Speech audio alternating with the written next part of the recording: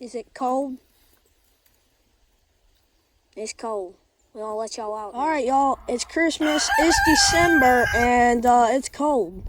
So in the video today, Joshua and me are going to be showing y'all what we do for the chickens and our Great Pyrenees dogs to basically give them water and some other things we do during the cold. So Josh, say hi. All right, Ethan, unlock both coops. So our first step is to let them out. So there's not snow on the ground, but it's really cold and we just want the chickens to get out and move around. So we aren't going to be letting them out.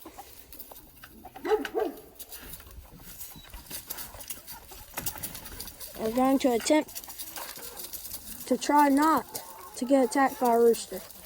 Alright, so yeah, that's the first one. Overnight, all the water's froze. Again, so as you can see, they're all frozen. We had these pans we put out, frozen. Same thing with this water. So our first priority is to get the chickens water, because as cold as it is, they really need it. As you can see, the food is fine right here.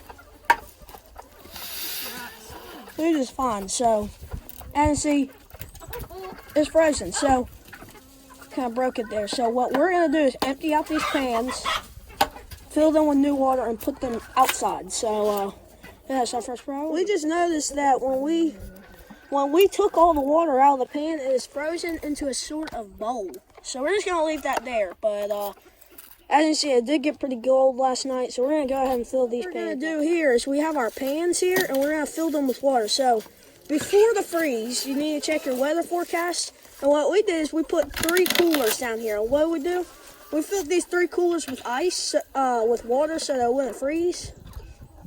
And what Ethan, my brother here, is going to do is fill each cooler, or each pan with the water from the cooler. So before we break up the waters, we need the chickens to have an immediate thing to drink. So he's just going to set this right here, Ethan. And there's dirt right here. So the chickens have something to immediately start drinking, because they're going to need it. So yeah, that's the first step. We're going to go ahead and do that with the other pan right there. And put that on the opposite side, because chickens have a pecking order. And you really don't want chickens starting to fight over water. That's a central thing they need. So we're going to do this. And then we have a feed scoop that we're using.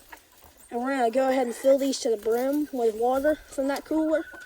And then this next step will be done. So what we've done here is throughout the day, these chickens are going to be able to come drink from these pans.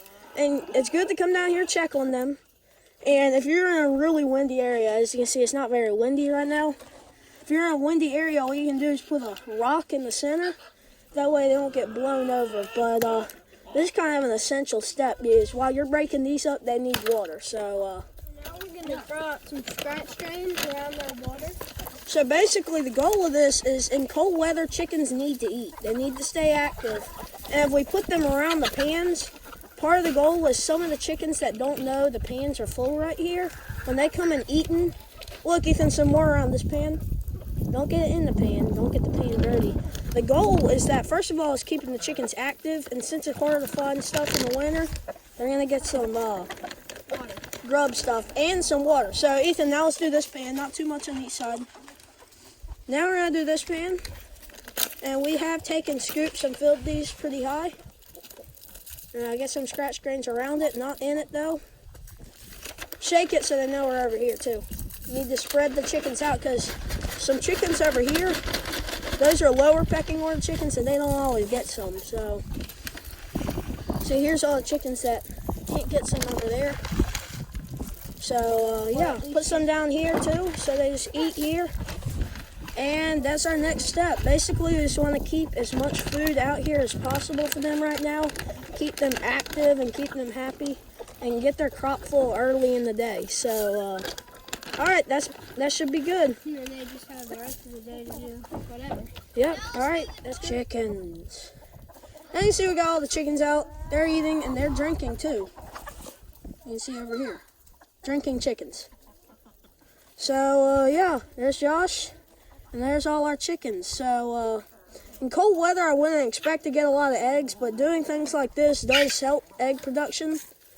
and it helps keep your chickens healthy. So as you can see, our dog water right here for our Great Pyrenees has frozen solid. So yeah, so our Great Pyrenees actually during the day get let out of this fence, and they basically can roam everywhere around our property and around this fence to protect chickens. So yeah, so they have a lake up there to drink from, but down here the chickens do like to drink from here. So we're gonna break this up a little. Yeah, that don't work. All right, Ethan, try to break it out with the shovel. So the sun is going to start rising, and it doesn't provide much warmth, but it's going to do a little. So really get at it, Ethan.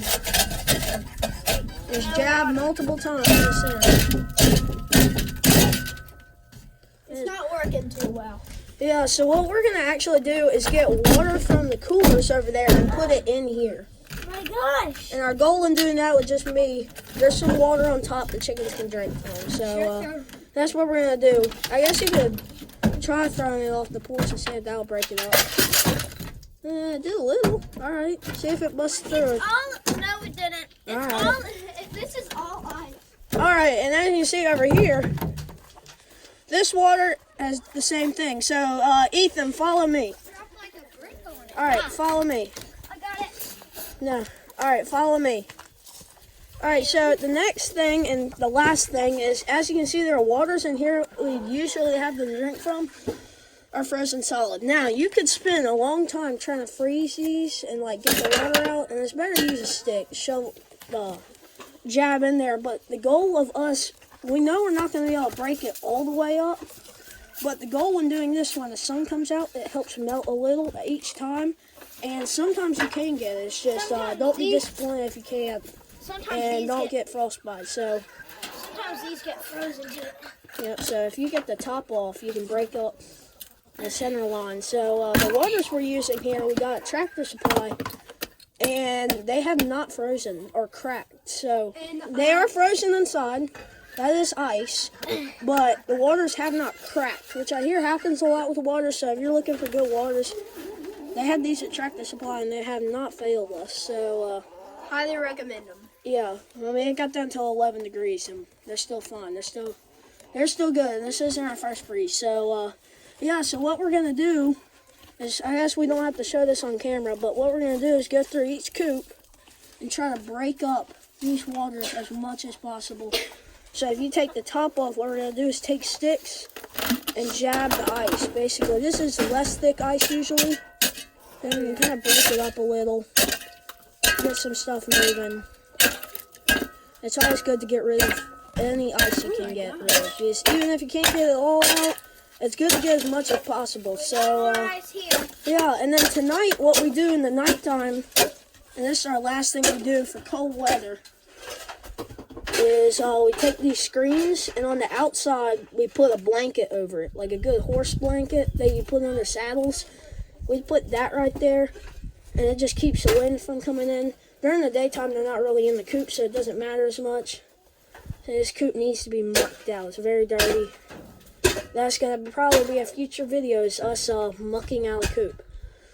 Yay. Alright, so that probably concludes our video. I guess I forgot to mention, if it gets below 0 degrees, it is a good idea to get a heat. Alright, by then, it's pretty cold. The chickens' warmth, they do nestle together, but it is definitely a good idea to get a heat. So, that concludes today's video. Thank you for watching. Please consider subscribing. It helps us out a lot, and you also benefits you because you get to know when we make our next video, so you can be the first to see it. So thanks for watching. Hope you had a good time, and I hope this helps you. Good luck to you and your flock. Bye. Y'all say bye. Bye.